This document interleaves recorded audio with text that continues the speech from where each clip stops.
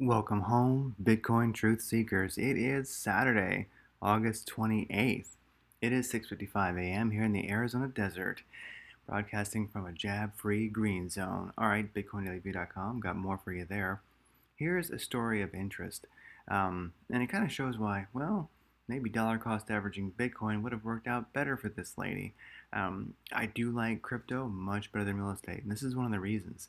Um, New York Air Force veteran and her young daughter are living out of her car after being unable to evict tenants who refused to pay rent for almost a year under moratorium.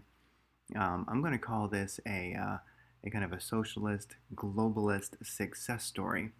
You have this, proud lady here, reduced to looking like hell, and and there's this just sloth-ridden piece of shit-looking person who uses the current new normal to basically be disgusting. So, crypto better than real estate any day, and it helps the Great Reset regulation affect you less. So, all right, looking at the crypto squares this morning, looking at just the last hour, most of the market is a little bit red.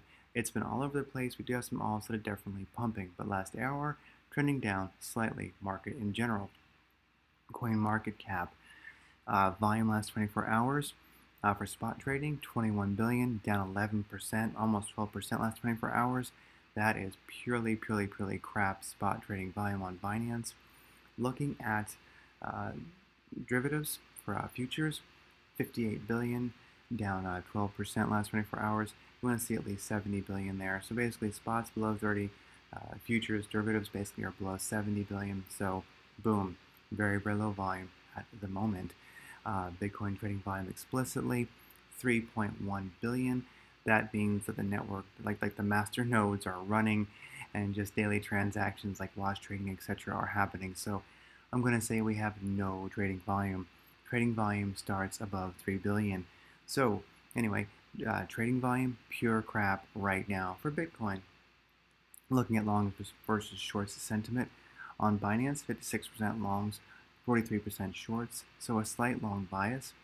For Ethereum, 64% long, 35% shorts, so more of a long bias for Ethereum. Looking at this is a daily chart. Um, it's nice. We're still above the 2 moving average. We kind of took a nice launch off of that yesterday and the day before, and now we are opening a new candle within this upwards channel that we have here. Very nice to see. We're above the 2 moving average. Life is good there. We do need to see the daily MACD begin to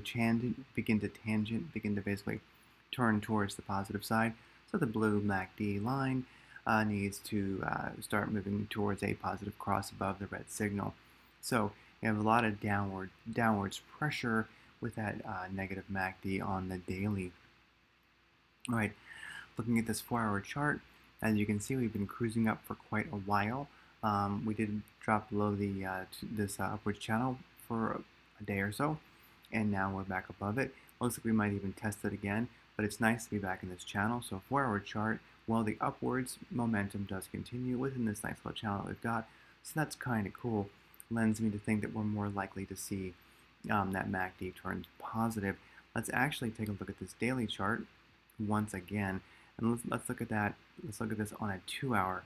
2-hour MACD oftentimes does predict where the MACD is going on the daily.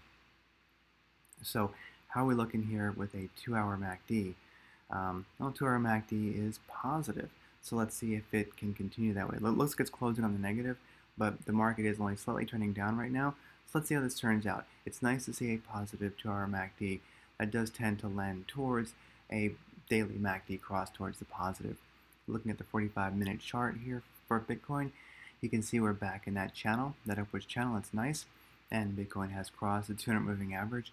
And one of the nice things is the longer it stays above, the more likely it is to stay above, and also the more of an advantage it gives for some alts to really pump.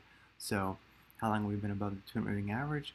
Basically about 17 hours. So 12 hours above is a good sign, 24 hours above is a really good sign, 48 hours above is really rocking. So let's see if we can stay above this 200 moving average.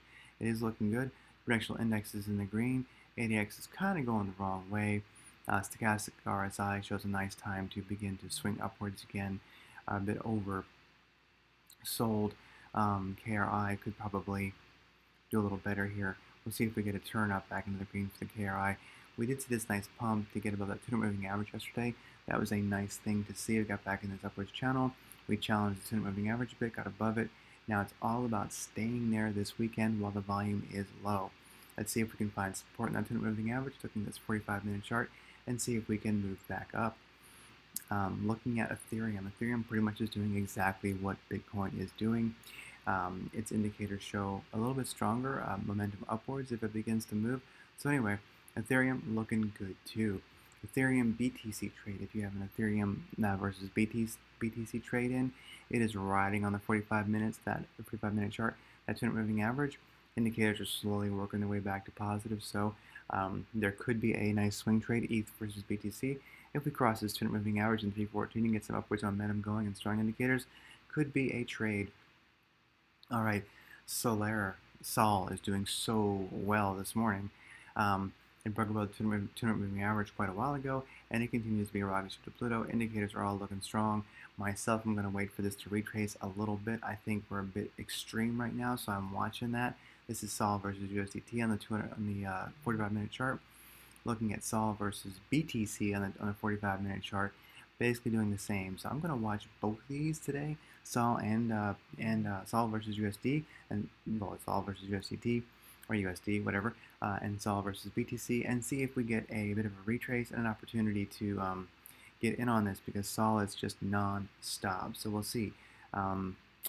Let's see how it goes. I mean, if I was to look at just Sol USDT right now and do like a fib retracement, looking at that recent upwards move, let's just grab that and look right about here.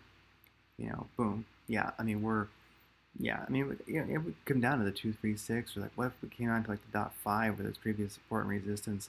Like I say, I'm watching it. Sol is on fire, so I'm going to watch that one for an entry if it pulls back. RadiantCreators.com, always got more for you there. Weekend starting, volume is really crappy, but Bitcoin is above the 200 moving average, and let's just see. I could definitely see a bounce happening. Watch for alts to really get sparky like Sol is doing. And with that said, remember, for every Bitcoin Satoshi you own, a piece of shit banker cries. Take care.